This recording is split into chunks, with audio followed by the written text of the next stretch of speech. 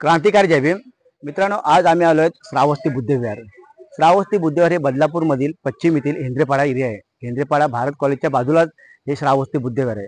हे श्रावस्ती बुद्धविहार म्हणजे बदलापूरमधील हेंद्रेपाड्यातील जे बौद्ध समाज आहे यांच्या पुढाकाराने आणि इकडचे स्थानिक नगरसेवक राजेंद्र घोरपडे यांच्या पुढाकाराने बुद्धविहार बांधले गेले आहे. तत्पूर्वी सांगायचं म्हटलं तर आज 11 एप्रिल आहे. आज क्रांतिबा ज्योतिबा फुले यांची जयंती आहे. आज ज्योतिबा फुलेंना क्रांतिकारक नमन. जय भीम. नमो बुद्धाय. आम्ही आता विहार जातोय. तुम्हाला विहारामध्ये दाखवतो तथागत भगवान बुद्धांचे मूर्ती आणि बाबासाहेब, महात्मा ज्योतिबा फुले, सावित्रीबाई फुले या सर्वांचे फोटो लावले. ते फोटो दाखवतो आणि ज्योतिबा फुले बद्दल 2 शब्द तुम्हाला सांगणार आहे. जय भीम. नमो बुद्धाय. नमः धम्मं नमः संघं नमः.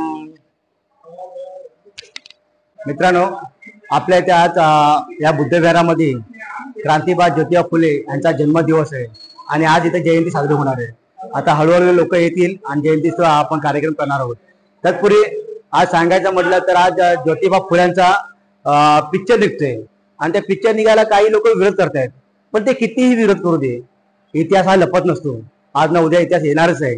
कारण का आजच्या पिढीला इतिहास समजला पाहिजे.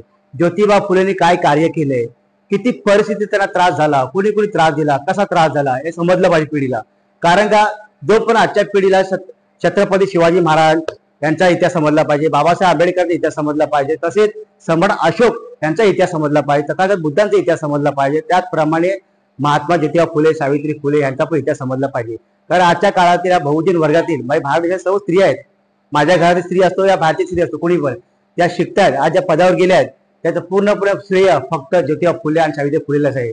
आज त्यांचा पिक्चर निघतोय. तो पिक्चर जेव्हा रिलीज होईल तेव्हा सर्व समाजाने, सर्व भारत देशातील लोकांनी तो पिक्चर थिएटरमध्ये पाहावा अशी माझी इच्छा आहे. जय भीम. नमो बुद्धाय.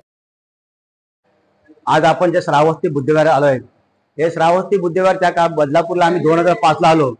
2005 ला बदलापूर आल्यानंतरला इथं एकदम शांतता एरिया होता, काहीच नव्हतं. तर इकडचा समाज हा मुठभर समाज होता. आता बदलापूरला बौद्ध समाज भारी संख्येने आहे. पण सांगायचं तात्पर्य त्या काळामध्ये बुद्धविहार बदलापूर हेंद्रेपाड्यामध्ये बुद्धविहार एकही नव्हतं.